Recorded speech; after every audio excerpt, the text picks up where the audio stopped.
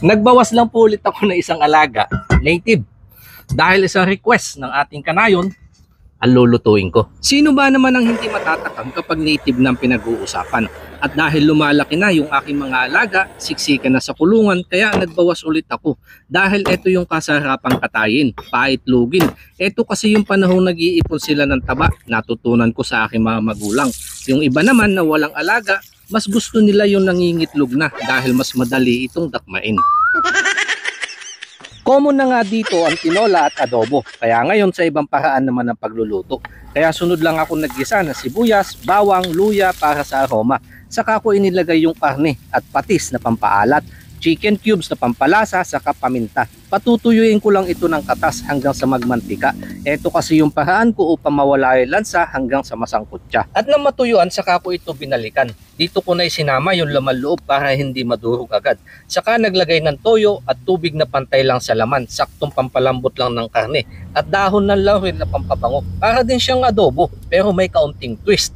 Tinakluban ko lang ulit ito hanggang sa matuyuan. Hindi agad ako naglagay ng suka dahil dito ko na isasama sa kanyang dugo. Tama po. Dahil request nga ni Kanayong Goyden, Baagin, Paskwa ang pinaghalong dinuguan at adobo na sikat sa kanilang lugar na kung tawagin ay dardarabo. Dara ibig sabihin po ay dugo. Shout out po. Sunod kong inilagay yung itlogan at panghuli yung kanyang dugo. Madaming beses ko na nagawa ang dinuguan sa laman loob ng baka o kaya baboy. May crispy, masabaw at saka yung tinumis. Kaya ngayon sa manok naman para pwede mo din itong subukan. At kung may mga luto ka din na kinasasabikan, comment mo lang below at baka may sangkap namang available upang sa ganun ma-shout out din kita kapag ginawang ko ito ng video. At dahil gutom na nga ako, kaya naglabas muna ako ng plato. Hihintayin kita paglabas mo sa trabaho at paparisan natin ng baso. Basta huwag mong kalimutang magdala ng yelo. Mas patutuyuan ko pa sana ng sabaw. Kaso malambot na din naman kasi yung karne at saka medyo gutom na din ho ako. Tama na yan. Lord, thank you for this food. Bless this. In Jesus' name we pray. Amen.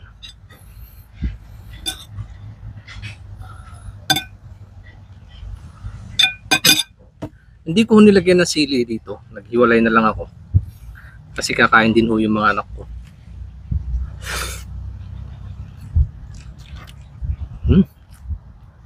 Ang sarap.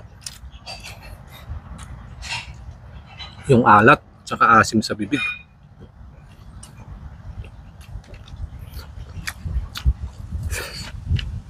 Sarap ipahid-pahid tsaka yung sabaw niya.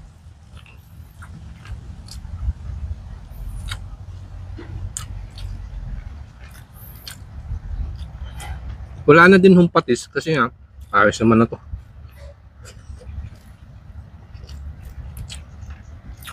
Mga side dish.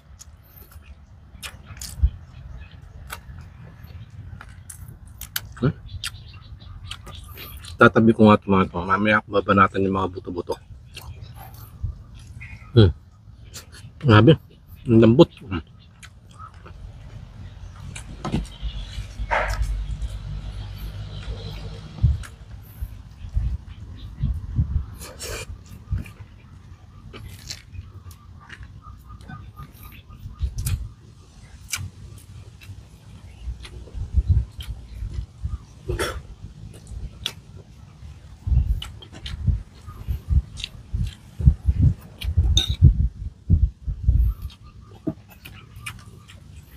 Wala man hong sabaw pero tudahagod pa rin.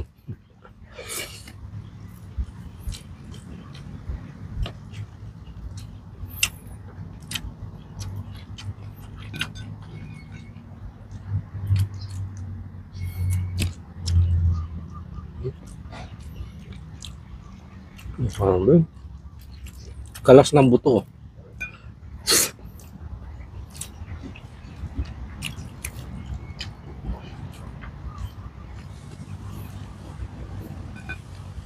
Hindi ko na makita yung atay, basta alam ko na sandok ko yun.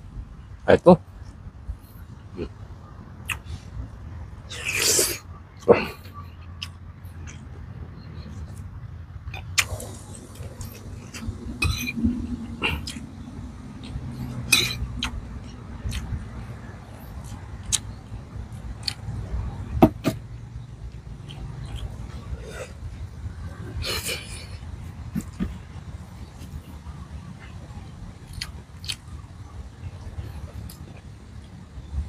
Ito naman no, yung matrisan.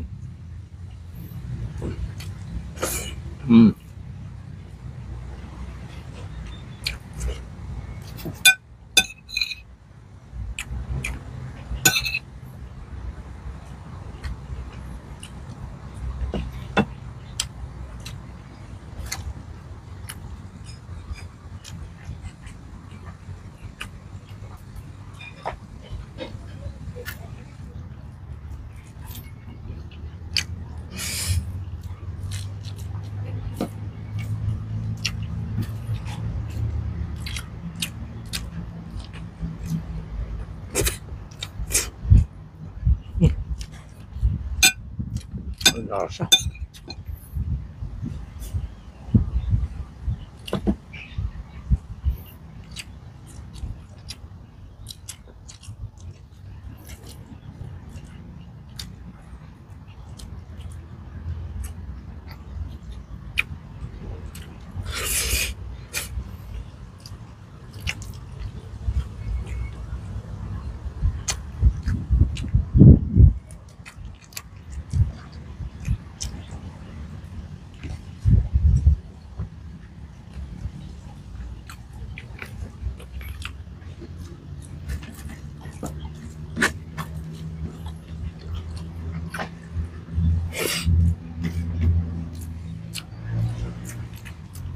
Ayos, panalo. Bitin nga lang po sa kanin. Okay.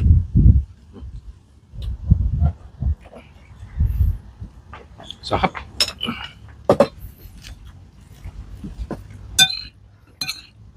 Diyan ko na puputulin at medyo mahaba na yung video. Lilinisan ko lang itong mga buto-buto.